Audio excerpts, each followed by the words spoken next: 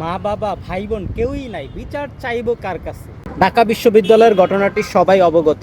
তোফাজ্জল হোসেনের নির্মম হত্যাকাণ্ডে আমরা সবাই সবাই হৃদয় ভেঙে গেছে। কারণ একজন লোক যতই অপরাধী হোক, মানুষকে খুনও করে ফেলে, তাহলেও এরকম নির্মমভাবে পিটিয়ে প্রত্যেকটা গিরায় গিরায় মানে জয়েন্টে জয়েন্টে এমনভাবে টর্চার করে মেরে ফেলা আসলে কতটুকু যুক্তিযুক্ত এটা আমি আসলে জানি না। ঢাকা বিশ্ববিদ্যালয়ের মতো একটা প্রতিষ্ঠানে এরকম একটা নির্মম হত্যাকাণ্ড আসলে মানা যায় না। তোফাজ্জল হোসেনের যেই কাহিনীটা, এটা আসলে সবাই জানেন, এটা বলার কিছু নেই। জাস্ট দুঃখের জায়গা থেকে, হৃদয় ভাঙার জায়গা থেকে কিছু কথা বলতে আসছি। ঢাকা বিশ্ববিদ্যালয়ে যে ঘটনাটা ঘটছে, ঢাকা বিশ্ববিদ্যালয়ে একটা টুর্নামেন্টের আয়োজন করা হয়েছিল, ক্রিকেট টুর্নামেন্ট। তো ওখানে 5-6 জন মিলে একটা ব্যাগের ভিতরে মানি ব্যাগ এবং ফোন রাখছিল। তো ওই ফোন এবং মানি ব্যাগগুলো ওখান থেকে চুরি হয়ে যায়, যে কোনো কেউ চুরি করে ফেলে। চুরি করার পরে ওরা এটা জানতে পারার পরে অনেক খোঁজাখুঁজি করে পায় না। তারপরে ওরা এক পর্যায়ে গেটের দায়িত্বে যারা ছিল তাদেরকে বলে যে গেটটা লক করে দেন, আমরা চেক করব। তো গেটটা লক করে দেয়, চেক করে তার কিছুক্ষণ পরেই তোফাজ্জল নামে সেই ছেলেটা, বাংলায় অনার্স মাস্টার্স করা সেই মেধাবী ছাত্রটা আজকে ভারসাম্যহীন। তার বাবা নাই, তার মা নাই, তার ভাই নাই, তার কেউই নাই। সে তাদের আত্মীয় স্বজন হারানোর বেদনায় সে মানসিক ভারসাম্যহীন। এক সময় সে মেধাবী ছিল। তো এই ছেলেটা মানসিক ভারসাম্যহীন, বিভিন্ন জায়গায় ঘুরে বেড়ায়, মানুষ থেকে চেয়ে চেয়ে খায়। ওর খালি একটাই দাবি, ওর পেটে ক্ষুধা থাকলে ও 10 টাকা, 5 টাকা, 20 টাকা, 50 টাকা চায়, কারোর থেকে খাবার নিয়ে খায়। এই হচ্ছে ওর ইয়া। ও ওই সময়ে, যে সময় ওদের ব্যাগটা হারানো যায়, মানি ব্যাগ এবং ফোন সহ যে ব্যাগটা ছিল ওইটা হারানো যায়, ও সেই জায়গায় ঢুকে এবং বসে। তো ওরা মানে ওর চেহারাটা দেখে ওকে সন্দেহ করে। ওই ঢাকা বিশ্ববিদ্যালয়ে যারা ছিল তারা ওকে সন্দেহ করে, যাদের ব্যাগ এবং ফোন হারানো গেছে তারা সন্দেহ করে। তো সন্দেহ করার পরে ওকে জিজ্ঞেস করে যে তুমি কি এটা নিছো?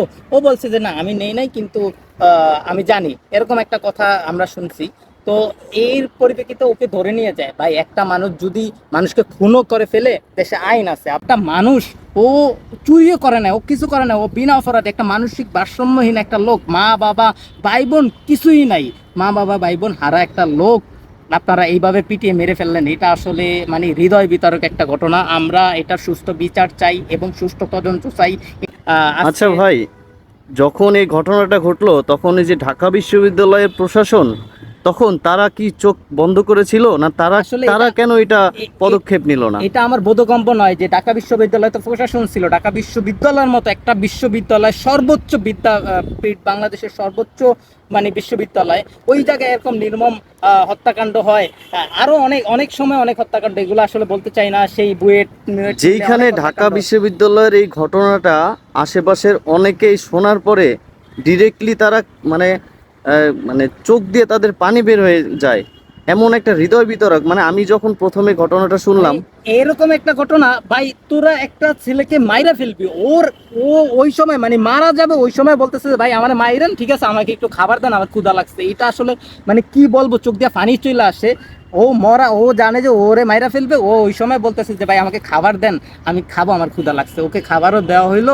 একটা স্বাভাবিক মানুষ হইলে কি এটা করতে পারে? একটা মানসিক ভারসাম্য। খাবার দেওয়া হইলো, ও খাবার খাইলো, খাবার খাওয়ার পরে ওরে পিটায়, প্রতিটা গিরায় গিরায় ওরে পিটাইছে, প্রতিটা গিরা সুইটা গেছে। মানে তারপরে ওদের টেনে হিস্ট্রি নিয়ে হসপিটাল পর্যন্ত না নেওয়ার আগে মারা গেছে। আসলে এরকম হৃদয় বিতরক ঘটনার আমরা সুষ্ঠু বিচার চাই।